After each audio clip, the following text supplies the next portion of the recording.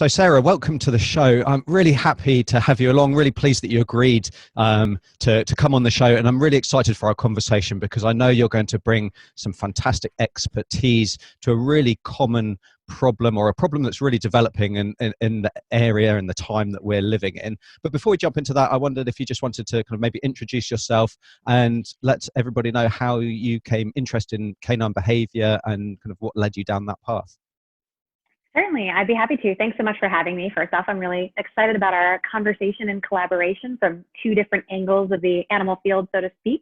I am a canine behavior consultant, and I actually came into this profession by happenstance. I began running a nonprofit organization a little over 10 years ago, and one of the main problems that I faced in trying to prevent shelter overpopulation and euthanasia through this organization was behavioral issues. People were surrendering their pets or having their pets euthanized because they didn't know how to effectively communicate with their animals and solve some of these behavioral problems that they were seeing. And so I took a keen interest in that. I'm also a veterinary nurse that have been on and off for over 20 years, and I did a lot of continuing education with behavior and surgery. That was fun too. But I used a lot of that knowledge that I gained through my paying job to help in my volunteer work. And so I worked with innumerable amount of owners that were facing behavioral issues to work through those problems with them to avoid surrender euthanasia. So kind of by happenstance, fast forward, several years down the road, I started taking on private cases and helping other veterinarians in the field, veterinary technicians in the field as well, and seeing private clients from there. It was just something that I, again, kind of fell into and really, really enjoyed. So kept going with the momentum. And when it comes to behavior, I can't take in enough knowledge. So I'm a sucker for as much knowledge as possible. And that just kind of fits really well with the advancement of the field. So yeah. I mean, it's a field that really is developing quite a lot over the years. I mean, I think back to when I was in vet school 15 years or so ago, and a lot of it was just touched on. There wasn't a whole lot of emphasis on that, but the continuing education, certainly from a veterinarian point of view, there's a huge amount, and I'm learning all the time. And I admitted off air as well that it's not a topic that I am would consider myself a real expert in, which is why I was very pleased that you agreed to come and talk to us, because having that real expert insight is important, because it's very difficult. There's lots of kind of subtle nuances with behavior, isn't there, as well? So there's definitely not a one size fits all strategy that you can kind of blanket treat every dog or every cat with the same condition. Absolutely. It's very niche, and behavioral modification plans are very individualized. So it's very specific to each and every dog, even though we see similar problems and we solve them with similar tactics or different angles. Every single behavioral plan is really an individual plan. Yeah, and it's really important as well, I think, that you kind of see the the dog in their environment as well, which I guess is something that even can still be done remotely, which a lot of it will be done at this time, I'd imagine, with Skype and Zoom and all that kind of thing, because seeing them in their environment is really important to pick up subtle clues about why they're exhibiting certain behaviors. Yeah, it definitely helps a lot. And I do see clients in clinic, but I can tell you there's a huge advantage to being in the environment. The majority of the clients that I work with, I do ask to come to their house if they're local. Even if they're, an hour or less, I'll still go out, because to actually watch the dog and observe them in their own environment and observe them interacting with their people, oftentimes I can pick up so much more information than what they're telling me, because most of the time, I shouldn't say most, a lot of the time, they don't actually know what they're looking for or what their dog is communicating. So it's misrepresented when they give me the story, so to speak. So to see it in person really helps immensely, just to be able to put my eyeballs on it directly. Yeah, absolutely. And that's the same, I imagine, as a vet nurse, you'd have seen that from a medical point of view as well, is that it's very difficult. People don't speak dog. And so it's difficult to pick up their, those subtle clues that they're in pain, or, they're drinking more or whatever. So yeah, it's a big jigsaw puzzle. So I guess that brings us to kind of the main topic that I wanted to cover today, which is separation anxiety and separation related problems. So I'm certainly seeing a little bit of this in clinic, although our lockdown situation wasn't nearly as bad as a lot of other places in the world. We're very lucky here in New Zealand that, apart from borders being closed, where life is normal. But a lot of people have been spending a much greater time with their pets, or they've actually brought a new puppy or a new dog into their household at the start of lockdown because they anticipated this extra time they could, spend bonding. But now that things are starting to lift, we're dealing with a whole load of behavioral issues as a result of that. And one thing that you kind of flagged at the very beginning is that there's separation anxiety and there's separation related problems, and they're not the same. So I wondered if you maybe wanted to kind of discuss why they're not the same, why we can't just say separation anxiety is the blanket condition that these guys are all suffering from. Absolutely, and I'm glad we're touching on this because separation anxiety is used as a blanket term, and it's actually a very specific diagnosis. It's very specific to one person in general when it comes to a dog's separation-related problems. Separation-related problems, which is a much broader category, can be things like isolation problems. It can be problems related to being separated from other canines. It can be separation related from other people, but it's not specific to one individual human necessarily. So just to recap the difference, separation anxiety is specific to one person, whereas separation related problems is more a fear of isolation in general. So being left alone, not being left alone from their person. Okay. So in breeds like Neapolitan Mastiff that really connect with one specific owner and they're very attached to that one owner, especially if they don't come and go very often, that's a likely case where you'd see true separation anxiety. Whereas, you have American Pit Bull Terrier, they love everybody. Yeah. They might just not want to be left alone, and that's an isolation or a separation related problem. Yeah. Okay, cool. So, and do those diseases or those behavioral issues manifest differently, or are they showing quite similar kind of outward signs to somebody who's not, trained to look and see what the difference is? There are quite a few similar signs for sure. For example, you'll see some of the same frustrating behaviors, perhaps inappropriate urination and defecation in the home, being very destructive or chewing things in the home as well, whining, crying, barking, panting, pacing. These are all common symptoms and signs that you'll see in both of these issues, for sure. Yeah. So it can often be difficult to diagnose specifically, but it does help to kind of nail it down so that you know how to approach it, whether it's just one specific person and situation that we have to build confidence with, or whether it's kind of everyone in the household. Yeah. It's certainly a little easier to work with an isolation problem, I think, that's more generalized than it is to one specific person, depending on the case, I guess. But yeah, you'll definitely see a lot of the same type symptoms and signs in both. Yeah, and it can be a real spectrum, can't it? I've seen some, thankfully never in person, but some horrendous photos of dogs that have just tried to escape from their surroundings, and the carnage that they can do to their environment, but also the damage that they can do to themselves is pretty extreme at times. So it's not something to be thought of as a minor inconvenience to you as the owner. It's it's has a massive impact to the pet. So why do these things develop in the first place? I mean, at the current stage, we're thinking, well, you're spending an awful lot of time with your pet, but it is a condition that can develop in normal life, if you like, as well. Is it just because they're so used to spending time with people or other animals in the sense of separation related problems, or certain a specific individual in the case of separation anxiety, and then that changes? Or is there other kind of things that we can think about that cause that to develop? Oftentimes it really is a change in environment, or different stressors that occur. Separation-related problems are something that can manifest with various changes to people coming in and out of the house, a work schedule changing, and absolutely quarantine is one of those big things that has caused a lot of separation-related problems, because not only do you have the initial change, which is a stressor, even if it's a good stress, it's still stress. Yeah. So you have that initial stress of now all of my entire family is home and I'm here all the time and I don't have independent time anymore and I don't have to be by myself anymore. And they kind of lose that ability to entertain themselves or self-soothe if they're frightened, or recover from things that they're frightened from when they don't typically have their owners.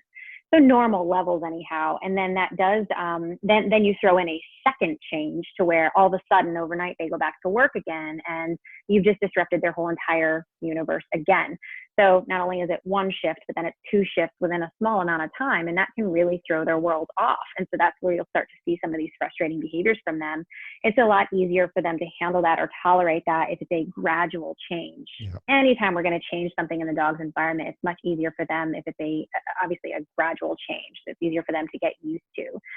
So that's certainly one of the reasons, is that all of a sudden people are home much more and the dog gets very used to that. And then all of a sudden they're gone again. And they're like, how do I cope on my own? Yeah, absolutely. Let me just alleviate this stress in any way that I know how. I don't know what to do with all this energy. I'm just going to, Yeah. So And I yeah, guess I imagine it's going to be worse for maybe puppies in the current situation because they've never had the situation where they've had to cope with that. Whereas maybe an older dog who was okay, but is, now kind of showing some signs of a separation related problem. It may be that they're definitely. showing more minor signs, more subtle signs, but they're still, they're still stressed and they're still struggling, but maybe not to quite a degree as the puppies are. So that's great, and I'm sure that there are going to be people who go, well, actually, now that you think of it, now that my dog is pacing, maybe they've had a couple of accidents, maybe they are dealing with a separation anxiety or separation related problem. What can they do about that? How can they go about helping their dog to adjust to their new new situation that they find themselves in? Well, like you brought up, there's two different cases. So you have the younger puppies that are going through their super sponge, stages and Yeah. critical development periods. It's a bit different than the adult dogs that do have some of that muscle memory of what it was once like to cope and what it's like to be on my own, or just with my other pet members in the household. There are a number of different things that we can throw at separation related problems. And oftentimes it starts with the hardest part is really trying not to be gone from the home until you can work through this.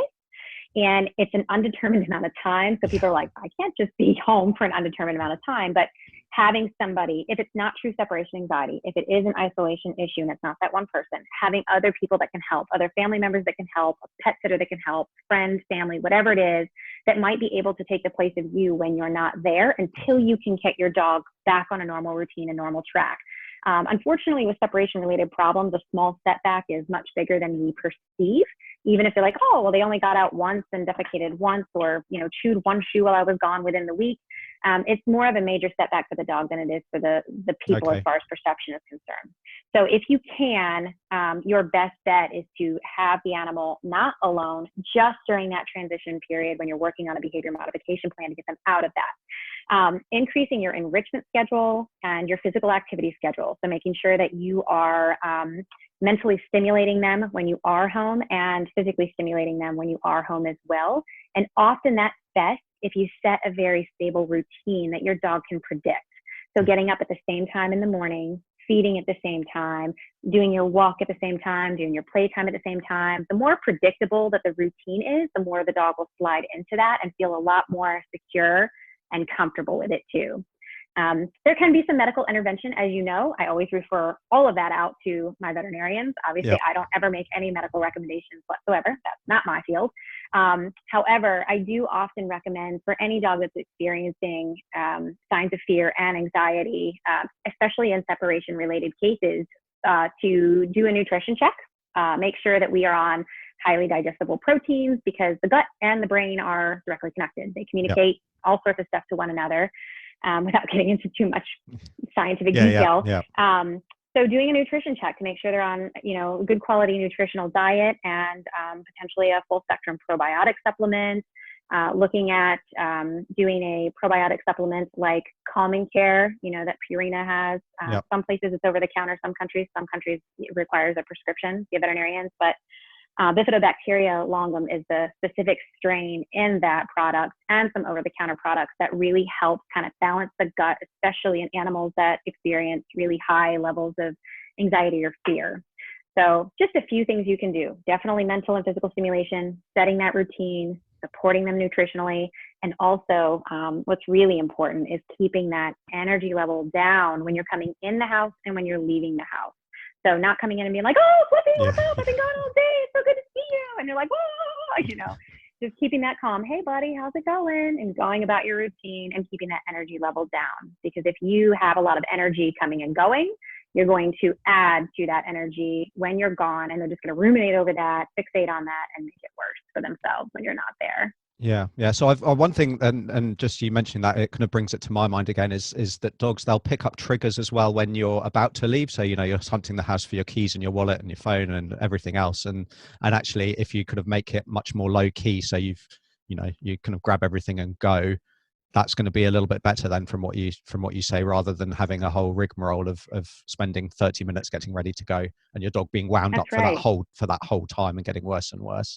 The interesting thing, though, is that oftentimes people aren't picking up on what the actual departure cues are. No. So some people are like, oh, it's when I grab my keys. No, it's actually when you scoop the food 10 minutes ago, put it in the bowl. The dog has a recognized pattern of everything that happens right before you exit. So Yeah. you're right, working on desensitizing to some of those departure cues, even if you don't think they're a big deal, just every part of that process can help bring that energy Yeah. level down when you leave. Cool. And in terms of kind of accessories, I guess for mental stimulation, I mean things that I think of are Kongs, slow feeders, licky mats, food puzzles, snuffle pads, all those kinds of things. Obviously, making sure that your dog's not chewing them to pieces in the first case, and that they're gentle chewers or whatever, and making sure that they're not swallowing big bits of toys as well. But those are all great for mental stimulation.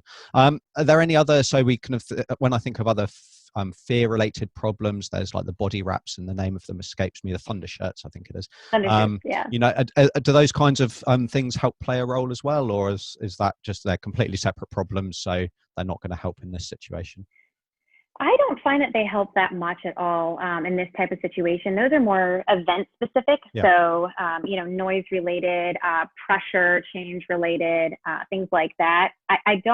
I haven't seen a lot of success with something like a thunder shirt used for separation anxiety or separation related problems as of yet.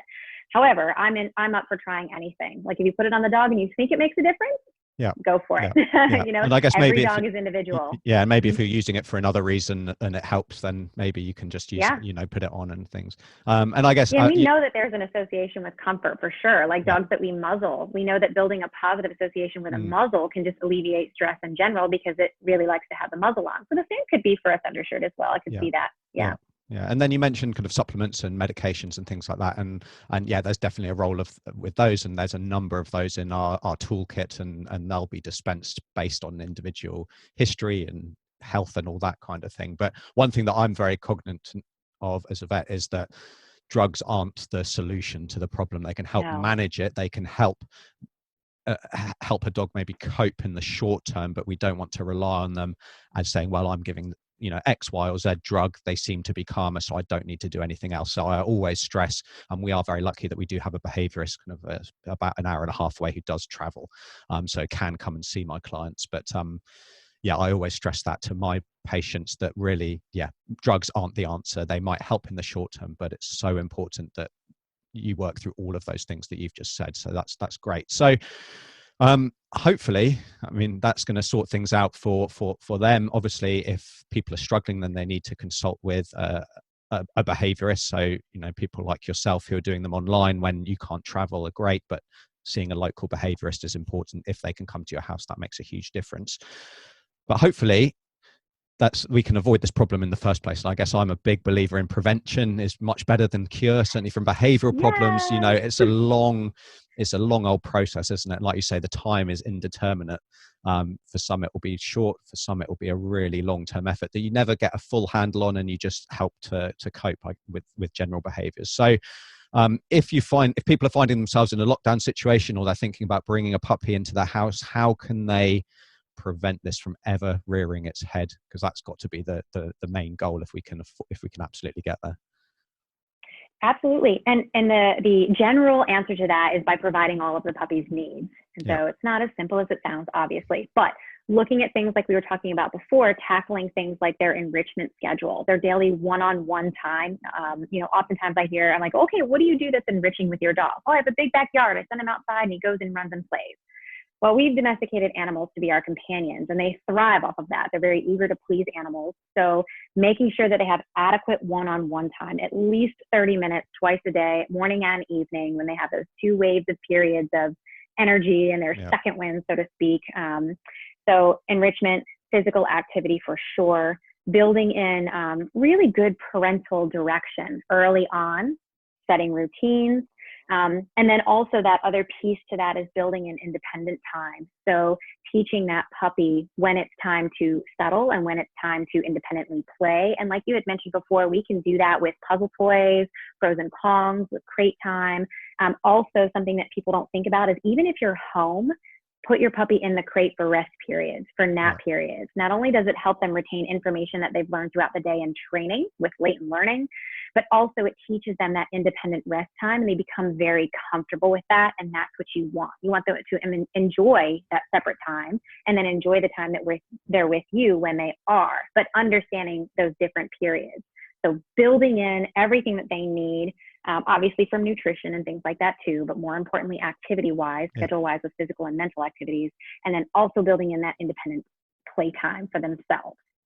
Okay, cool. So yeah, crate training is a big thing, and I know it's something that a lot of people struggle with. So I mean, it's a whole different topic in itself, isn't it? But how would how do people, because I think a lot of people, they bring a new puppy, they're so excited, they want to provide, the best that they can, all the attention in the world. The puppy goes in the crate, doesn't like it, lasts about 10 seconds and then gets brought out and never goes back in. So Oh. yeah, how I mean, we used to say, I remember, I think my first boss used to say, well, when you get a puppy, go and give your neighbors a bottle of wine each, because there's going to be a period of time when they're barking, and so you get your apologies in ahead of time. But rather than just completely ignoring them, are there ways that they can that you, or strategies that you found that work for your clients to maximize the chance of a successful transition to crate training? Absolutely. Scheduling helps a lot with them. So knowing when they need to come out, like they need to go to the bathroom or they're hungry. There's a huge difference between distress and a temper tantrum. Yeah. So just like we do with human kids, if you allow the puppy to make every decision based off the tantrum that it has, you're setting yourself up for a spoiled, rotten individual that's potentially going to have some pretty bad behavioral problems down the road. Let me tell you, I'm much more expensive 5 years down the road than in the beginning. So prevention is key. And yes, you got to wait it out. Again, there's a difference between distress and a temper tantrum. And the sooner that you give into that puppy and teach them that whining and fussing and complaining is going to get them their way, the harder it's going to be the next time around. Boundaries are really, really important. Parental guidance is really important. These little guys don't make the best decisions on their own. It's like leaving a toddler to choose what it's going to do and what it's not going to do. Yeah. They don't make good decisions. You've got to do that for them. So sometimes you got to have some tough love and you got to stick it out, it's for the better. Yeah. It's like kids that don't like to do their homework. Well, you have to, because I want you to be an intelligent contributor to society later on down the road, and you'll thank me for it. But right now you don't want to do it. You don't understand why I'm making you, but it's important. Same thing with puppies. Try to ignore the temper tantrum behavior. You'll learn to know the difference when your puppy really has to go out. There's a different sound to that, and you'll get familiarized with that. Okay to make a mistake every once in a while and slip up to where you're like, oops, I should have taken him out earlier, he went. Or you take him out and you realize that he just wants to run around and play. Nobody's expecting perfection. Just do the best that you can with that, but be very consistent with the crate. Setting a schedule based on how frequently the puppy goes out to potty, your play, your enrichment, your exercise, your downtime, all that stuff, and trying to make it predictable helps with crate training immensely, because then the puppy comes to learn and predict and understand when it's crate time. And that's a comfort all on its own. That predictability is really helpful in building a secure puppy and a confident puppy. So they like those schedules and those routines. So the best that you can schedule one for them, the better their behavioral will be balanced overall in learning how to crate train. And the added benefit to that is that it really speeds up the potty training process immensely. Okay. Yeah. Makes it so much easier. Yeah. Yeah. I mean, routine is a bit of a buzzword, isn't it? It's great. We're all creatures of habit and we all love routine, and yeah, we get stressed when things are all out of whack, and our dogs are the same. And the other thing I guess I often say to people is that dogs are very good at training us, because that whining, or that, I don't want to, I'm going to refuse my food because I know that the good stuff's in the fridge and that's going to get brought out, and we've got to be mindful that we're not being trained and actually we're in charge of the situation.